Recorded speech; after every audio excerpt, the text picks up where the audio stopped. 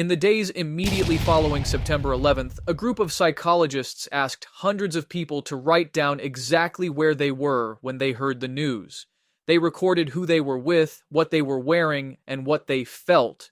3 years later, researchers tracked those same people down and asked them to recall the event again.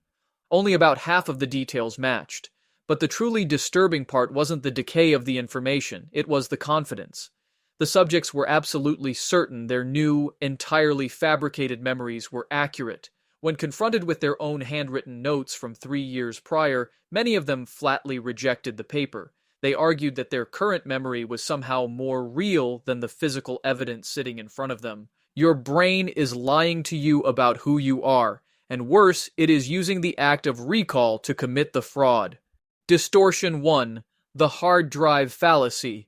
We generally operate under a very comforting delusion about how the human brain stores information.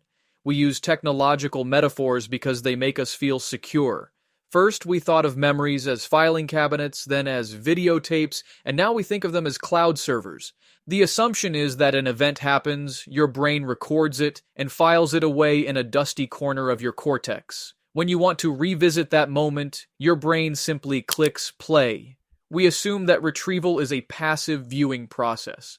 This is the foundational error of human self-awareness. The brain does not have a playback mechanism, it only has a rendering engine. Every time you recall an event, you are not watching a recording. You are actively building a physical reconstruction of the event in real time, using whatever biochemical resources and emotional biases you happen to have available at that exact second. You can think of a memory less like a secure video file and more like a Wikipedia page, and you are forced to edit the page every single time you read it. To understand why your most cherished memories are probably your most inaccurate, you have to look at a highly specific biological mechanism that neuroscience largely ignored until the year 2000. For decades, the scientific consensus was that once a memory was consolidated into long-term storage, it was locked. It was chemically stable. Then a researcher named Karim Nader ran an incredibly elegant, somewhat brutal experiment on rats that completely dismantled our understanding of the past. Distortion 2. The Reconsolidation Trap. Nader trained a group of rats to associate a specific musical tone with a mild electric shock. Predictably, the rats formed a strong fear memory. Whenever they heard the tone, they would freeze in terror, anticipating the pain. The memory was fully baked into their neural architecture. A traditional neuroscientist would tell you that this memory is permanent, but Nader wanted to see what happens when the memory is actively being used. He played the tone to trigger the rat's memory of the shock, but exactly at the moment the rats were remembering the fear, Nader injected a chemical into their brains that blocks the synthesis of new proteins. The next day, he played the tone again. The rats didn't freeze. They didn't react at all. The fear was entirely gone.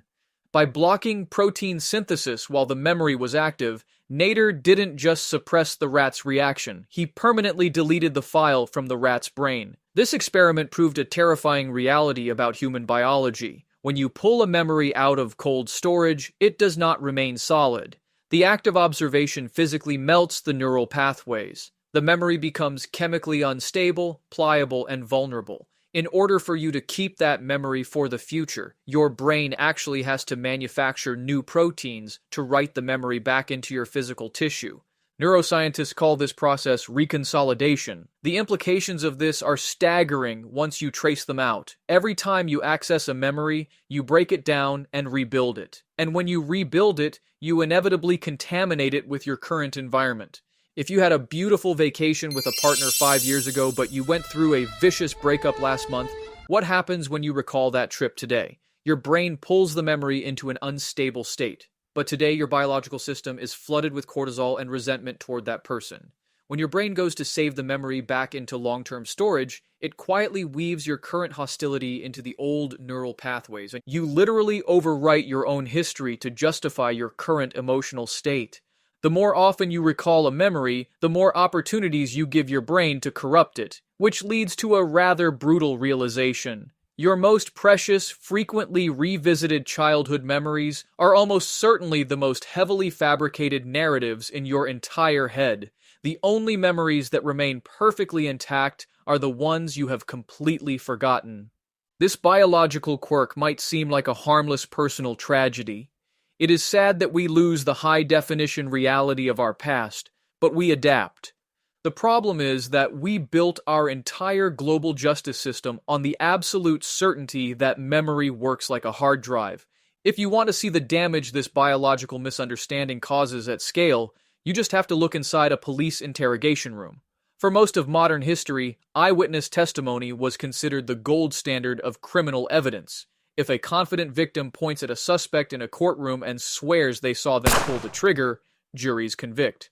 But I'd argue the justice system fundamentally misunderstands what an interrogation actually does to a human brain. In the 1970s, psychologist Elizabeth Loftus ran a study that should have completely dismantled how we handle criminal investigations. She showed participants a video of two cars crashing into each other. Afterwards, she divided the viewers into groups and asked them to estimate how fast the cars were going. The trick was in the phrasing of the question. For one group, she asked how fast the cars were going when they hit each other. For another group, she asked how fast they were going when they smashed into each other.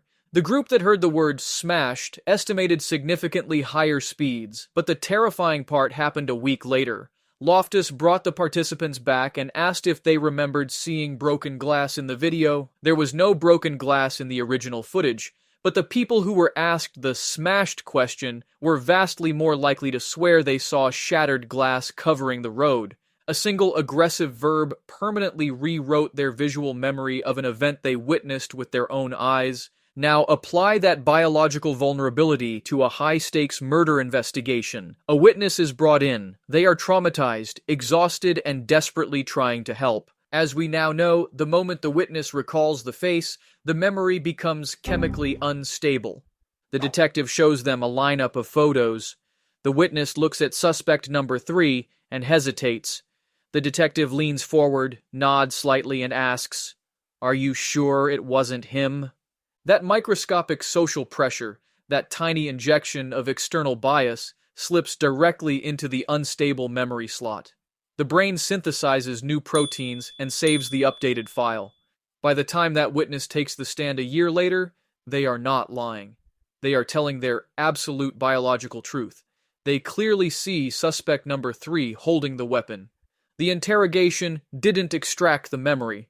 The interrogation manufactured it.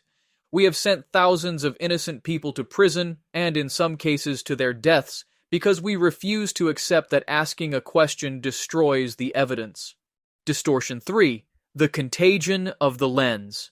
If the biological reality of memory wasn't fragile enough, we have spent the last 15 years building a technological environment perfectly designed to strip away whatever fragments of authentic history we have left. We live in a culture obsessed with documentation. The prevailing wisdom is that human memory is flawed, which it is, so we must outsource the preservation of our lives to our smartphones. We take photos of our meals, we record entire concerts through a glowing rectangle, and we document every minor milestone of our children's lives. We assume the silicon chip will protect the memory from our own biological decay. But a fascinating piece of research from cognitive psychologist Linda Henkel reveals that this technological crutch actually accelerates the destruction of the original experience. Henkel ran an experiment where she sent students through an art museum. She told them to observe certain objects purely with their eyes and to photograph other objects with a camera. The next day, she tested their memory of the museum. The students struggled to remember the specific visual details of the objects they photographed. They couldn't recall the colors, the textures, or the exact spatial locations, but they had sharp, vivid recall of the objects they simply stood and looked at.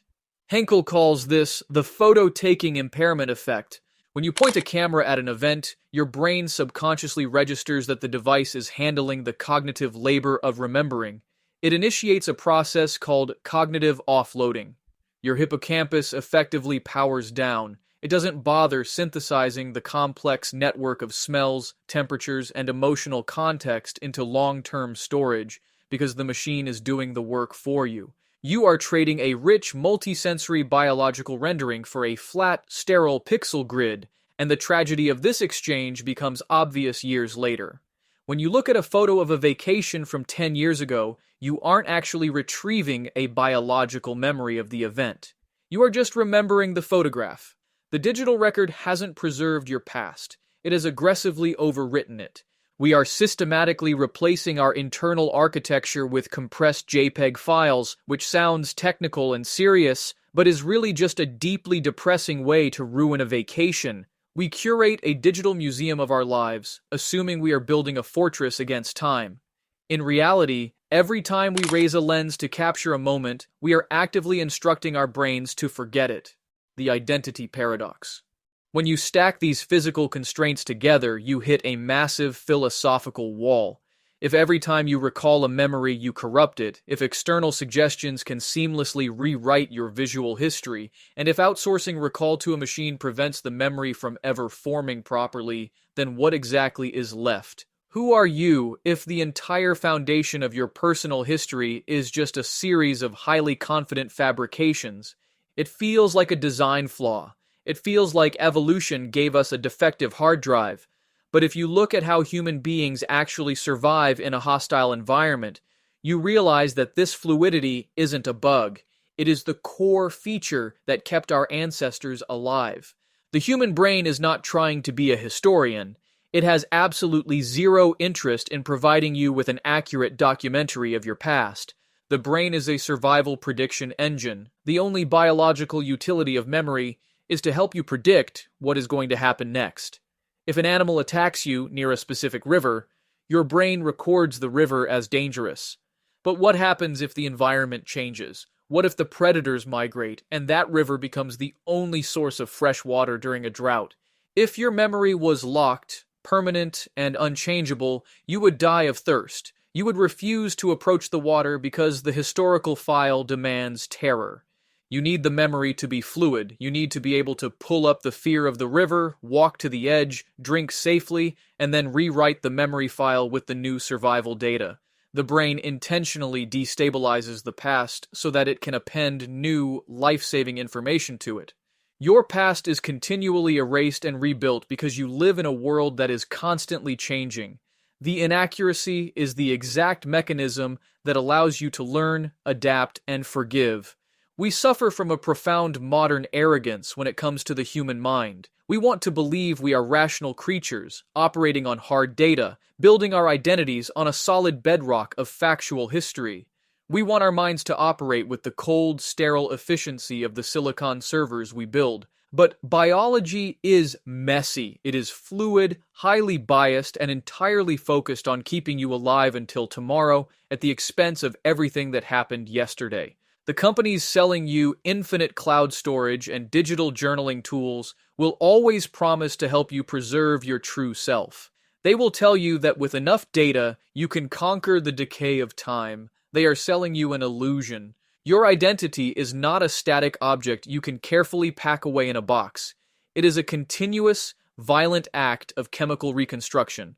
You are not the person who experienced your childhood. You are just the latest version of the rendering engine, trying desperately to guess what happened based on the smudged notes left by the person you used to be.